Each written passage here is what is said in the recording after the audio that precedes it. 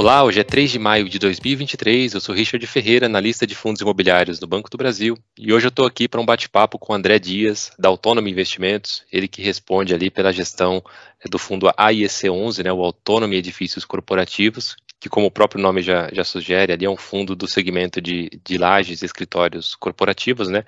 A gente já fez esse bate-papo com a Autonomy há uns meses atrás, mas o mercado é dinâmico, né, é sempre bom a gente trazer aí essa atualização, tanto do fundo quanto do mercado de escritórios aí em geral. André, seja bem-vindo aí mais uma vez. Obrigado, Richard, é um prazer estar aqui, e todos os clientes também do Banco do Brasil, sempre bom ter essa atualização. Espero poder compartilhar um pouco aqui da nossa visão de mercado aqui e falar um pouco do nosso fundo também. Legal. A gente vai estruturar aqui a nossa conversa em duas partes, né? Na primeira, o André vai compartilhar com a gente aqui um estudo que eles fizeram lá na Autonomy sobre o mercado de lajes corporativas, né? E na segunda parte a gente entra no detalhe aí do AIEC11, né? Traz um pouco aí das últimas atualizações do fundo. André, você tem um material aí, fica à vontade para colocar na tela. Combinados. Acredito que esteja aqui na tela. É uma apresentação, vou fazer relativamente rápido aqui, para a gente passar os principais pontos do mercado corporativo, aqui focando em São Paulo, que acho que é o principal mercado, mas de forma geral o mercado do Rio de Janeiro também tem uma dinâmica semelhante.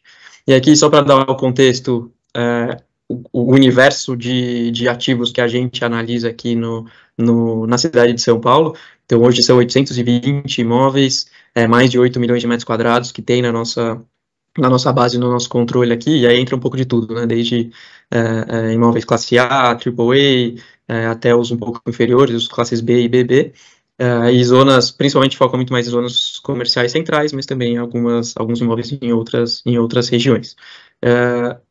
Ponto importante aqui, acho que de forma geral a gente vai entrar mais no detalhe da vacância, mas é um mercado hoje que tem uma vacância por volta de 22% de forma geral, mas se a gente focar aqui na zona que a gente foca mais, né, que é o do A, a AAA, e em zonas comerciais centrais, que a gente chama, né, são as principais regiões, é uma vacância de 20,8%.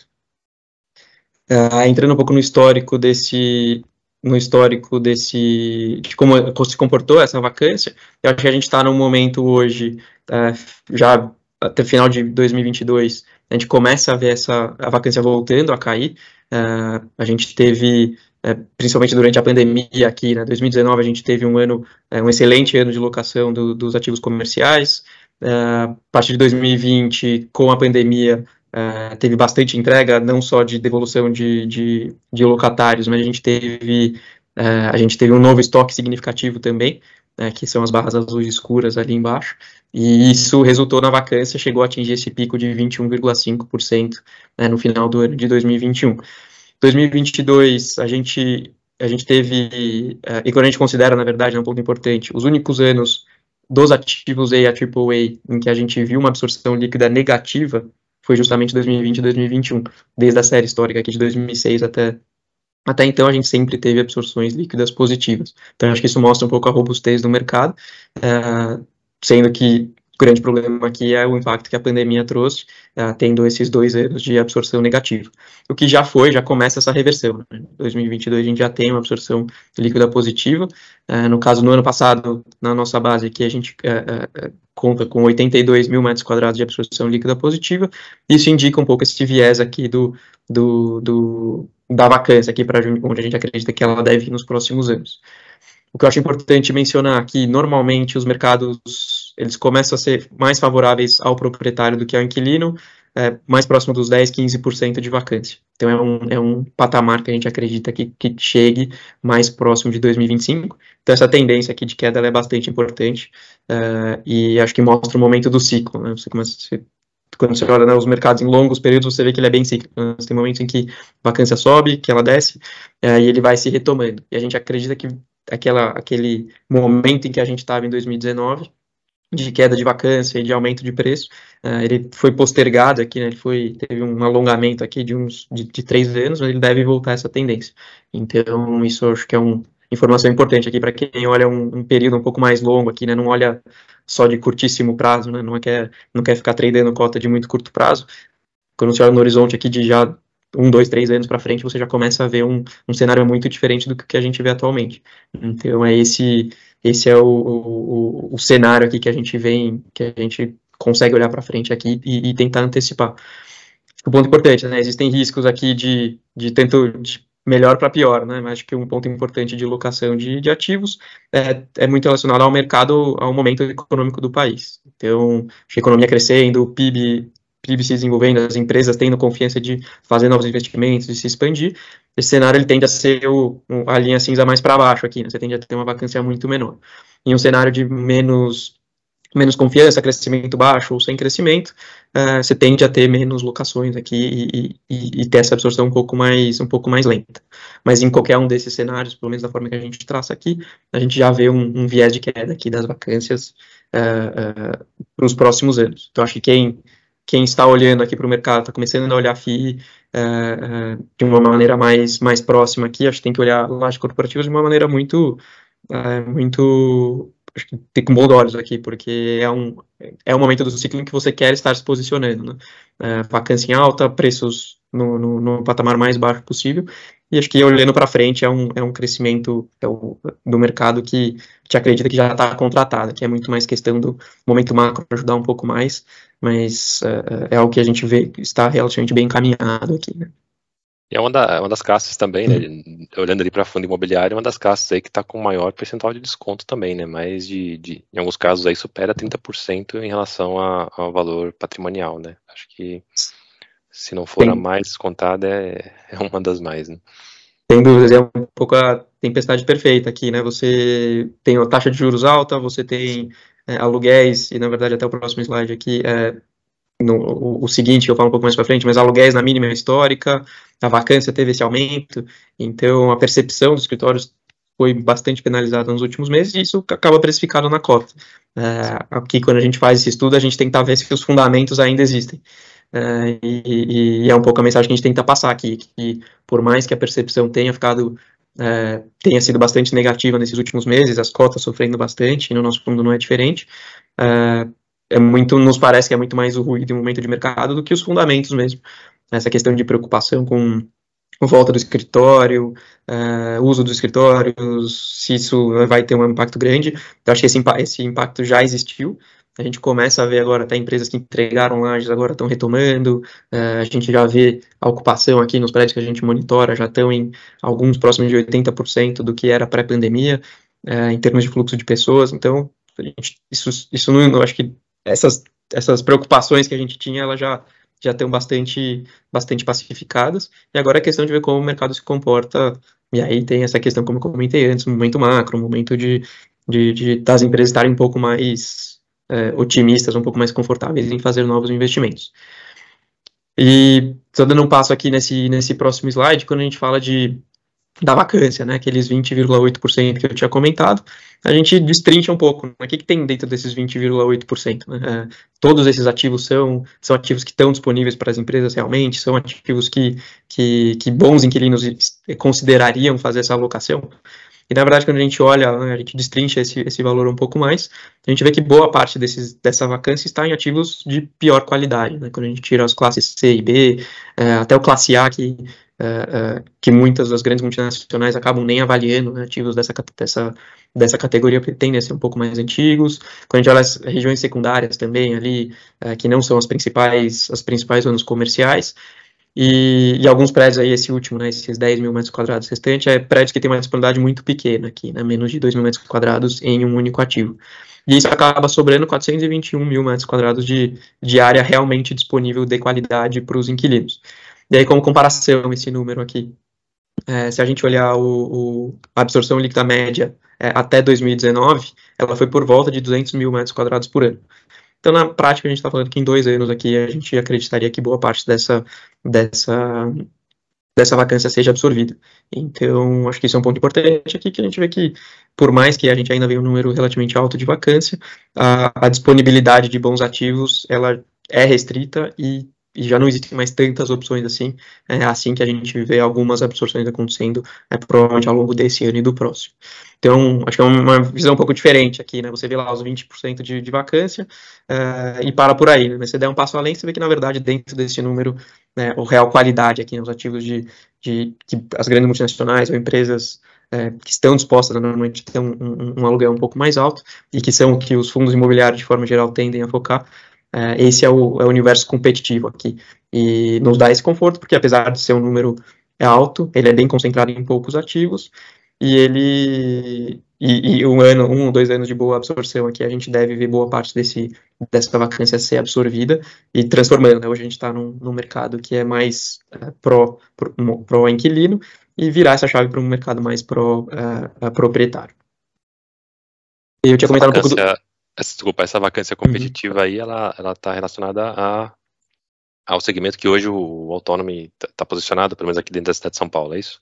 Exatamente, seria, por exemplo, a gente buscando um novo inquilino, provavelmente esse inquilino poderia olhar esses outros ativos, essas outras áreas disponíveis e comparar, né, com o nosso. Então, são os que a gente entende que um potencial inquilino teria como concorrência. Alguns um pouco mais que outros, mas, de forma geral, é o universo aqui que bons inquilinos estariam avaliando.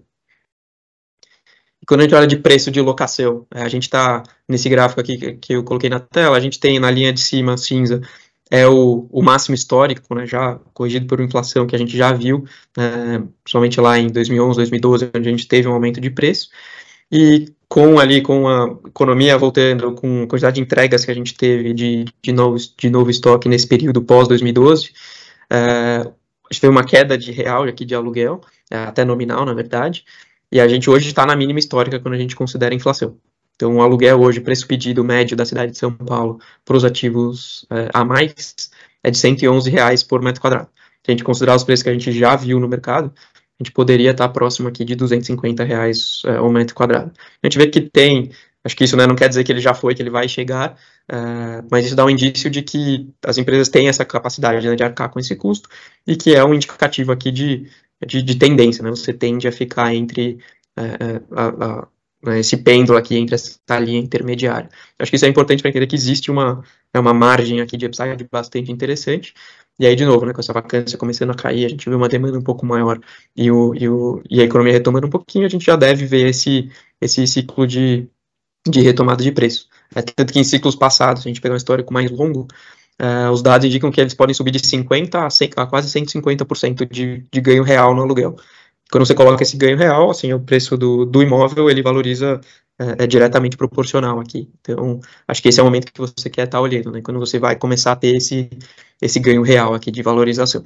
Porque quem entrou em fundos imobiliários aqui de escritórios nesse período, ele não viu um crescimento real de aluguel. Então, você teve uma penalização grande aqui a cota não deveria ter valorizado porque você simplesmente não teve o ganho real de aluguel.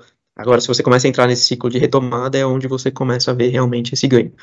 Então, acho que esse é um momento para olhar com bons olhos aqui a classe de ativos, porque, como você comentou, né, tá super descontado no mercado secundário também.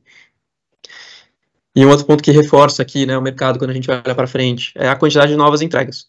No período que a gente teve o maior aumento de vacância aqui foi quando a gente teve muita entrega de novos escritórios. Então, com essa competição alta, o inquilino tem muita opção, acaba caindo o preço e reduzindo esse preço médio.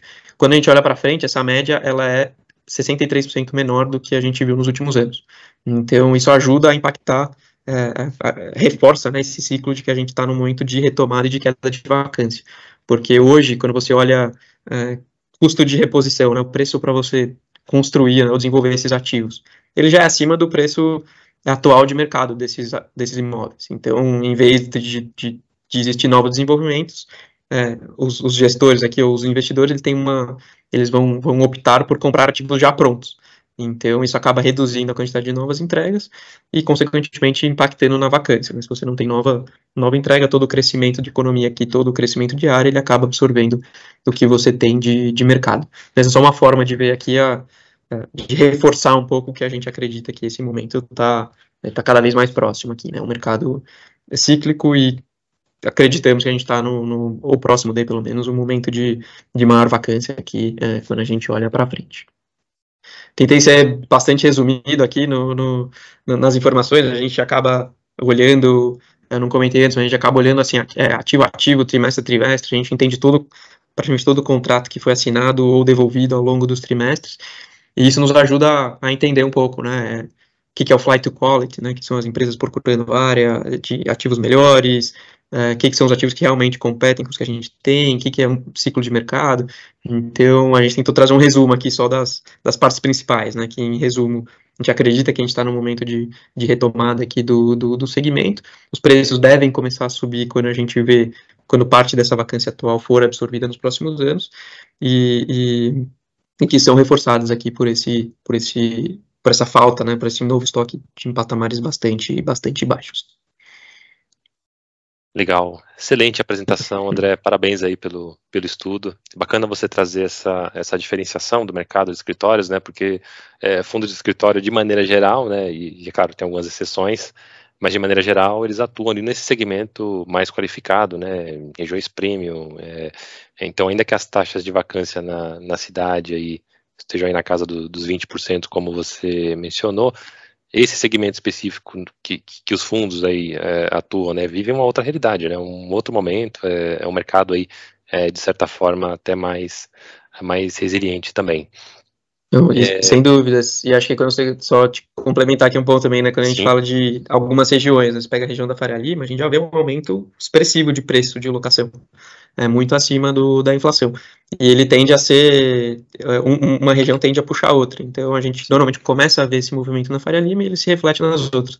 Então as regiões que os fundos imobiliários de forma geral têm ativos, ou já começaram a ver esse aumento, que é a região da Faria Lima, ou a gente deve começar a ver em algum momento aqui quando a gente tiver essa retomada. Então, esse é o universo aqui que a gente deveria estar olhando, né, como investidor de fundo imobiliário.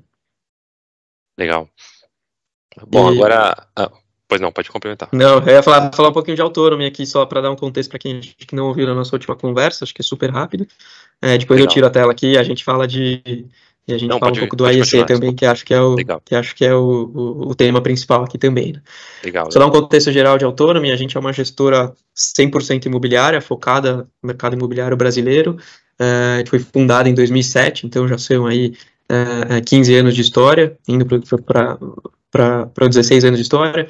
A gente tem um time bastante sênior aqui e pessoas focadas nas diferentes áreas de todo o ciclo do mercado imobiliário, então pessoas de engenharia, desenvolvimento, locação, a gente tem um time comercial bastante robusto, a gente tem um time jurídico especializado, a gente tem um time de administração predial também, então a gente envolve aqui todo o ciclo do processo corporativo, a gente tem pessoas especialistas aqui, por mais que a gente ainda conte com consultorias, com corretores, e outros prestadores de serviço, a gente ainda tem um time bastante experiente dentro de casa.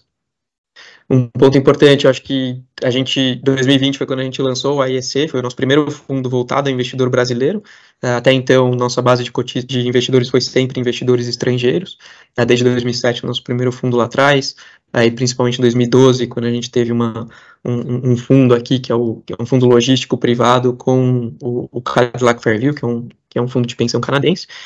E agora, mais recente, com o AEC, que é o voltado para... Também é um fundo listado, né, nosso primeiro fundo aberto, e voltado para investidores brasileiros. Então, acho que essa dinâmica aqui, da gente fazer essas conversas, etc., acho que é bastante importante para a gente ir desenvolvendo aqui um pouco esse lado também de engajar cada vez mais investidores brasileiros também. De forma geral, essa é a visão da Autônomo. A gente tem hoje, esqueci de comentar, a gente tem hoje um pouco mais de 7 bilhões de reais sob gestão, aí 100% também no segmento imobiliário. A maior parte disso é em logística e corporativo, um pouco mais para logística, mas também bastante relevante aqui na parte corporativa. E vou tirar a tela aqui agora, mas a gente falar um pouco de AEC. Não sei se tiver alguma dúvida específica, algum comentário, mas a gente pode dar uma visão geral do fundo aqui e tentar dar as perspectivas do nosso lado. Legal. Bom, vamos começar então falando do fundo, né, do AEC 11. Acho que a gente podia começar aqui falando um pouco aí do portfólio de imóveis, né? A gente sabe que é um fundo ali concentrado em 2 ativos, né, um em São Paulo e um no Rio, Então, se você puder passar um pouco aí para a gente, né, da situação atual de cada um deles, né, em termos de ocupação e também a situação dos contratos, e se puder falar um pouco também ali sobre os inquilinos, acho que seria legal. Sem dúvidas. O fundo hoje ele tem dois ativos, como você comentou, é o Rocha Verá, a Torre D do Rocha Verá aqui em São Paulo, que é um dos melhores ativos corporativos AAA de São Paulo. Tem aqui no complexo, né, nas outras torres, existem excelentes inquilinos, desde Mastercard, Banco BV, BASF, entre vários outros. E no caso específico do fundo aqui, da Torre D, a gente tem a Dow, que é a Dow Química, uma multinacional americana, até listada na Bolsa nos Estados Unidos, que está aqui no ativo desde 2010. E é um contrato BTS, ele vai até 2025, então o contrato BTS ele é atípico, então ele é basicamente ele não cancelável e ele vai atualizando por inflação ano a ano. E esse é o principal ativo, ele representa por volta de 70% da receita do fundo atualmente. E o outro ativo no Rio de Janeiro, que são os 30% remanescentes da receita, é a sede do IBMEC no Rio de Janeiro. O IBMEC, né, a instituição de ensino, eles têm na unidade aqui do que é o Standard Building, eles têm diversos cursos aqui de pós-graduação, extensão, etc. Então é um outro ativo também que está num contrato atípico, aquele contrato BTS que é não cancelável. E ele tem só uma particularidade, ele é um contrato que vai até 2032, mas é um contrato que ele vai de forma atípica até 2025. Então, ambos ativos 100% alugados em contratos BTS, um já com contrato estendido até 2032 e o outro até 2025. Acho que é importante aqui destacar, né, são dois contratos atípicos, acho que o fundo ele não necessariamente só vai ter contratos atípicos, acho que a ideia é ter contratos atípicos também, mas ele nasce aí nesse momento aí nesses últimos anos, né, que a gente teve um mercado um pouco mais difícil, ter esse tipo de contrato foi bastante importante aqui para manter e ir aumentando a receita, pelo menos pela inflação. Uhum. A gente recebe muito questionamento aqui sobre o motivo da cota estar tão descontada aí no mercado secundário, né? E é lógico que o cenário macro aí dos últimos meses não favoreceu muito os fundos de tijolo, né? Mas no caso do AIC11, a cota ela já vem com esse desconto aí desde o lançamento ali, desde o IPO, né? Então eu creio aí que o maior problema tenha sido de fato ali o processo de arbitragem que foi movido ali por um dos inquilinos, né? Pela Dow. Posteriormente, o BMEC também acabou ingressando com ação semelhante. Eu queria que você detalhasse para a gente um pouco do histórico desses dois processos e em que pé que eles estão hoje, né? Claro, e só falando um pouco da cota, né? Acho que é difícil entender aqui, né, o comportamento do mercado secundário. A gente acompanha praticamente todos os fundos aqui e acho que essa queda ela já vem de algum tempo e foi um momento bastante desafiador aqui para o segmento, né? Desde a preocupação do trabalho remoto, aí preocupação com inflação, agora a taxa de juros bastante elevada, entre outros problemas, isso penalizou bastante. E na média aqui, quando a gente olha os fundos de Lajes, acho que a gente está bem próximo da média aqui do comportamento, né? Alguns fundos se comportaram um pouco melhor, outros um pouco pior, mas apesar da gente ver essa cota bastante descontada, a gente acredita que a boa parte disso realmente é do momento de mercado. Mas é importante destacar sobre as arbitragens, e por conta, né, justamente da atipicidade dos contratos, que eles são não canceláveis, basicamente eles têm um valor fixado lá atrás e eles são corrigidos por inflação. Como eles são atualizados pelo IGPM, em 2021 a gente teve um IGPM bastante elevado, ele chegou na casa dos 34%, 37%, e isso gerou um desconforto dos inquilinos. A gente tentou até em algum momento ter algum tipo de tratativa, né, de dar um desconto ali de curto prazo, estende o prazo de contrato, etc. Acabou que não chegamos em nenhum acordo e a gente e essa discussão foi levada para uma arbitragem. No caso do inquilino do Rocha Verá, essa arbitragem já foi encerrada no começo do ano passado. O resultado foi totalmente favorável para o fundo, então é algo que a gente já tirou da frente aqui, né? Algo que já não impacta mais o fundo.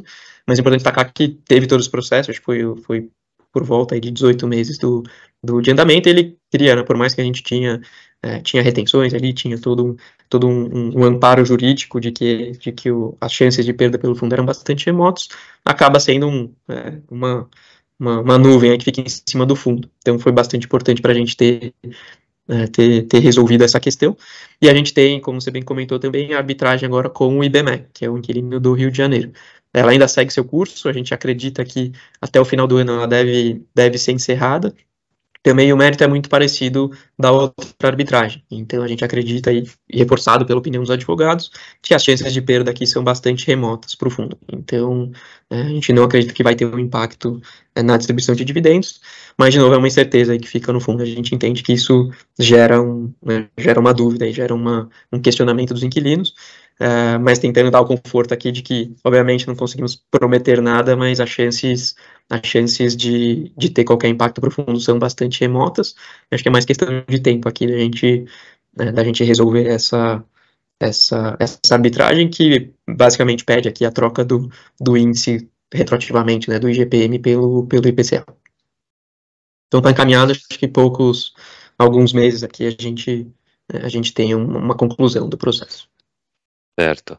Eu imagino que esses impasses aí, de certa forma, acabaram estremecendo ali a relação com os inquilinos, né? E aí, até indo nessa linha, eu queria ver como você está avaliando aí as perspectivas, né, para a renovação desses contratos de locação, especialmente da Dow aí, que Claro. vence agora em 2025, né, como você comentou.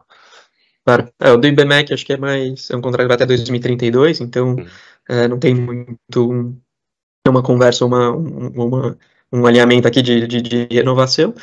E por mais, né, que acho que o relacionamento com os inquilinos a gente tende a manter um bom relacionamento, mas obviamente você pisa em ovos enquanto você tem algum tipo de arbitragem, ou de tratativa como essa. Já no caso da Dow, eu acho que a arbitragem já é águas passadas aqui, acho que foi uma questão pontual aí de pandemia / inflação, e a gente já tem aqui conversas, na verdade, olhando para 2025. Acho que ainda é um pouco cedo para a gente ter qualquer tipo de expectativa ou de assinar qualquer coisa, mas a gente já está nesse processo aqui. Eu comentei anteriormente, a gente tem um time comercial bastante experiente, então a gente já está nessas conversas com o inquilino para entender o que é a expectativa deles, o que é demanda, e buscar uma renovação. A gente gostaria de ter isso assinado o quanto antes. Acho que ter esse contrato assinado com o máximo de antecedência, acho que traria um benefício para a cota aqui, então a gente tem trabalhado para isso. Mas acho que ainda é um pouco cedo, né? Dificilmente você vai assinar um contrato aqui com tanta antecedência assim. Então, a gente está trabalhando para isso, já temos conversas. Acho que difícil dar aqui um patamar, né, ou uma expectativa específica. A partir de 2025, a gente tem esse cenário de essas três alternativas, né? Renovação total, parcial ou obviamente, a entrega do ativo. Por ser um ativo que tem bastante demanda de locação, a gente entende que tem uma atratividade grande, então o nosso time comercial já está trabalhando nisso, mas a gente vê com uma chance razoável aqui bastante interessante de renovação, pelo menos parcial, com o inquilino atual.